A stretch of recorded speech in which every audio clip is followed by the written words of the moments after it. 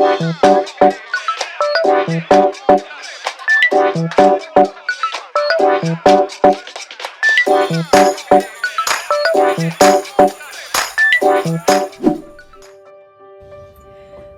adalah komitmen dan keputusan yang harus kita perjuangkan terus-menerus setiap hari. Sebagaimana setiap hari kita minta kepada Bapa untuk memberi kita rezeki pada hari ini, demikian juga kita perlu meminta kepada Tuhan kekuatan dan rahmat yang selalu baru setiap hari untuk menjalani hidup perkawinan kita hari ini. Ketika kita memasuki hidup perkawinan, kita sedang memulai perjalanan hidup rohani kita. Ingatlah bahwa tantangan dan kesulitan memurnikan jiwa dan meruntuhkan keangkuhan diri. Ini semua diperlukan untuk membawa kita pada kesatuan hati dengan Tuhan dan pasangan. Semakin kita melepaskan keangkuhan diri, topeng kita, ego kita, maka semakin mudah pula Tuhan membentuk kita. Kita adalah manusia yang begitu membutuhkan Tuhan. Kita begitu rapuh, namun dengan kekuatan Roh Kudus kita akan sanggup melewati tantangan demi tantangan, dan tanpa terasa kita juga sudah mencapai perjalanan yang cukup jauh bersama dengan Tuhan lewat perkawinan kita. Makin kita rendah hati, makin banyak pula rahmat yang mengalir dalam hidup kita. Hendaklah kita tidak putus asa di tengah jalan, tapi fokus pada tujuan kita. Tujuan perkawinan kita adalah untuk pembentukan diri, kematangan pribadi, dan pertumbuhan rohani kita. Tanpa mengembangkan kasih kita semakin murni dan sempurna, tidak mungkin kita berkenan kepada Tuhan. Cinta adalah rahmat sekaligus benih yang harus kita pupuk terus-menerus.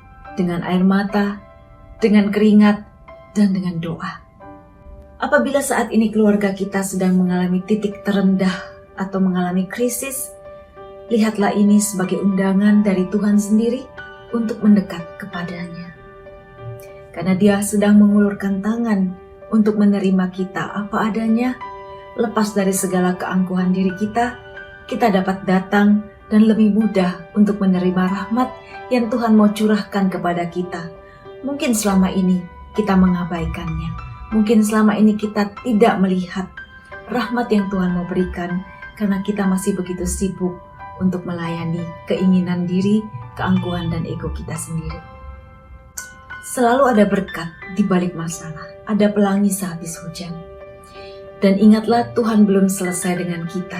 Tuhan belum selesai dengan pekerjaan tangannya, dengan rencananya di dalam hidup keluarga kita, dengan perkawinan kita. Jikalau sebagai orang tua saat ini kita harus menanggung pahit ketirnya perkawinan kita, anggaplah ini adalah suatu bentuk kasih kita kepada anak-anak yang akan memakan buah manis dari jerih payah kita mempertahankan perkawinan. Sebagai orang tua, di tengah perkawinan modern seperti ini, di mana nilai-nilai individualisme semakin kuat, kita tetap perlu memberikan nilai dan warisan rohani kepada anak cucu kita. Orang tua perlu memberi dasar yang kokoh kepada anak cucu untuk membangun perkawinan di atas dasar rencana dan kehendak Allah sendiri, dan bukannya hanya atas dasar kenyamanan sendiri atau keinginan pribadi.